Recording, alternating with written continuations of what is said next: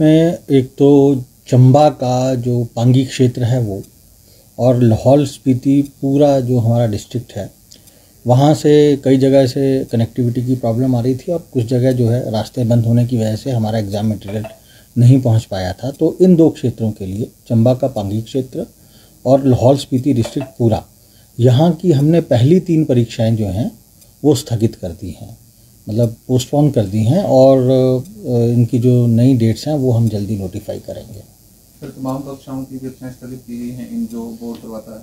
हाँ, उसमें एक हमने डिटेल्ड नोटिफिकेशन जारी किया है। जो परीक्षा उसमें स्थगित की गई है उसमें सारी डिटेल उसकी दी गई है। इसके बाद बात करें परीक्षाओं की, बोर्ड परीक्षाओं की, तो किस तरह की व्यवस्था जो है की गई है, चाहे उन्हें क्या कसने को लेके हो या जो ई-ऐप अपने द्वारा बनाई गई है उसको लेके क्या रिस्पॉन्स जो है आ रहा है? देखिए, नकल रोकने के लिए हमने जो है मल्टीपल लेवल्स पे व्यवस्थाएं की हैं। एक तो सबसे पहले हमारे सीसीटीवी कैमरास हैं, वो सारे जितने परीक्षा केंद्र होते हैं हमारे उसमें कंपलसरी होते हैं, और उसकी मॉनिटरिंग का काम भी जो है वो बोर्ड के लेवल पे चल रहा है। उसके अलावा हमने फ्लाइंग स्क्वाड्स लगाए हैं। अगर मैं फ्लाइंग स्क्वाड्स की बात करूं तो जो बोर्ड का अपना स्टाफ है, इसमें हमने 19 फ्लाइंग स्क्वाड्स लगाए हैं, और कुछ बोर्ड अपनी तरफ से कुछ टीचर्स की ड्यूटी लगाता है, ऐसे 11 फ्लाइंग स्क्वाड हमने लगाए हुए हैं। इसके अलावा डिप्टी डायरेक्टर और एलिमेंट्री अपना जो इनका इंस्पेक्शन विंग होता है, अगर मैं इनकी बात करूं तो टोटल 34 फ्लाइंग स्क्वाड्स इनकी तरफ से लगे हैं। एसडीएम्स और बाकी मैं सब डिवीजन्स की बात करूं तो 82 फ्लाइंग स्क्वाड्स वहां से लगे हैं।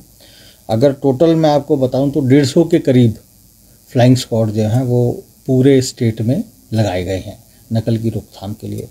इसके अलावा हमने एक नई ऐप भी इस बार लॉन्च की थी, जिसका जो एग्जामिनेशन के लिए जो सेंटर कोऑर्डिनेटर ऐप है उसमें भी रिपोर्टिंग लगातार चली हुई है, और इस ऐप के ज़रिए हमें पल पल की जानकारी जो है अपने एग्जामिनेशन सेंटर्स की मिलेगी। तो तमाम परीक्षा केंद्रों में सीसीटीवी सुनिश्चित की गई? जी, हमारे जितने भी परीक्षा केंद्र हैं सभी में 100% सीसीटीवी कैमरास कंपलसरी है। तो किसी कारणवश भी छात्र परीक्षा में नहीं पहुंच पाता है, चाहे दुर्गम क्षेत्रों की बात करें हिमाचल की, तो उनके लिए कुछ व्यवस्थाएं की जाएंगी जिसकी नोर है? हाँ जी, ये व्यवस्था रहती ही है बोर्ड में। अगर किसी को कोई छात्र किसी कारणवश, चाहे वो मौसम की वजह से हो या किसी बीमारी की वजह से हो या किसी और वजह से हो, अगर वो कोई परीक्षा नहीं दे पाता है तो वो बोर्ड को रिप्रेजेंट करें, उनको परीक्षा देने का मौका अलग से दिया जाएगा। सर, जिस प्रकार से बोर्ड की परीक्षाएं हैं, आपका क्या संदेश रहेगा विद्यार्थियों को? किस प्रकार से जो है वो पेपर में भाग लें, ना तो डरें, इस प्रकार का क्या संदेश रहेगा? देखिए, मैं तो अपनी तरफ से ये कहना चाहूँगा कि इस बार जो परीक्षा जो हमने प्रश्न पत्र बनाए हैं उनका नया पैटर्न है, और हमने उसमें ये कोशिश की है कि बड़ा ही एक बैलेंस्ड क्वेश्चन पेपर जो है वो विद्यार्थियों को मिले। मल्टीपल चॉइस क्वेश्चंस के लिए हमने अलग से व्यवस्था की है। उसके अलावा जो है छात्रों के हित के लिए स्टेप वाइज मार्किंग स्कीम भी जो है वो बोर्ड परीक्षाओं में इंट्रोड्यूस की गई है। इसका फ़ायदा ये होगा कि अगर कोई छात्र है जिसको पूरा उत्तर नहीं आता, तो अगर वो पार्शियल उत्तर भी लिखता है, 1-2 लाइनें भी लिखता है, तो उसका भी उसको बेनिफिट जो है दिया जाएगा। और सर, आखिरी प्रश्न रहेगा, अगर कुछ स्कूल ढील बरतते हैं खासकर, उनको लेकर क्या निर्देश हैं बोर्ड?